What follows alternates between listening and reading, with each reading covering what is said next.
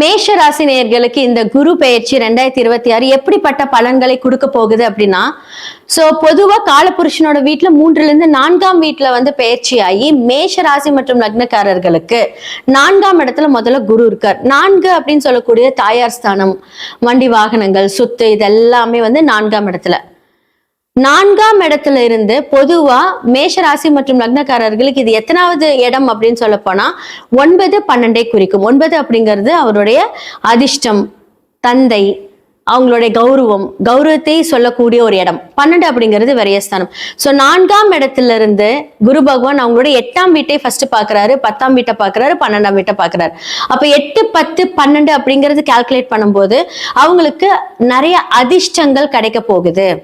8 அப்படிங்கிறது தீரா கடனை குறைக்கக்கூடிய ஒரு காலம். நிறைய பேர் கடன் பட்டு இருந்திருப்பீங்க, இப்ப எல்லாமே கடன் அடையக்கூடிய ஒரு நல்ல காலம் வரப்போகுது அப்படின்னு சொல்லலாம்.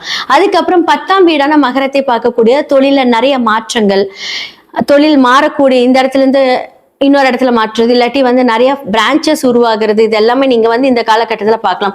12 அப்படிங்கிறது விரயஸ்தானத்தை பார்க்கிறார். சுப விரயங்கள், வீடு கட்டுறதுக்கு, அதே மாதிரி நான் சொன்ன மாதிரி ஒவ்வொரு இடத்த நீங்க மாற்றும் போது அதுக்கான விரயங்கள், அது மூலியமாக ஒரு ஸ்டெப்ஸ், ஒரு ஃபார்வர்ட் அப்படின்னு சொல்லலாம்.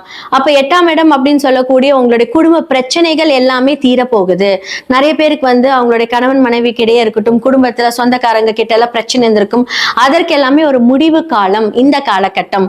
இந்த ஒரு வருஷம் இந்த குரு உங்களுக்கு எல்லா விதமான சுகபோக வாழ்க்கையும், பிசினஸ்ல நல்ல டெவலப்மெண்ட்டும், குடும்பத்துல நல்ல ஒரு சீரான அமைப்பும், அதே மாதிரி சுப விரயங்கள், கல்யாணம், குடும்பத்துக்காக ஒரு விரயங்கள், சுப விரயங்கள் நிறைய நடக்க போகுது. எல்லாமே பிளான் பண்ணி கரெக்டா பண்ணுங்க. உங்களோட தாயாரோட உடல் நலத்துல நீங்க கொஞ்சம் கவனம் செலுத்தணும். அவங்களுக்கு ஏதாவது ஃபுல் பாடி செக்அப்னா கொஞ்சம் கூட்டிட்டு போயிட்டு வாங்க.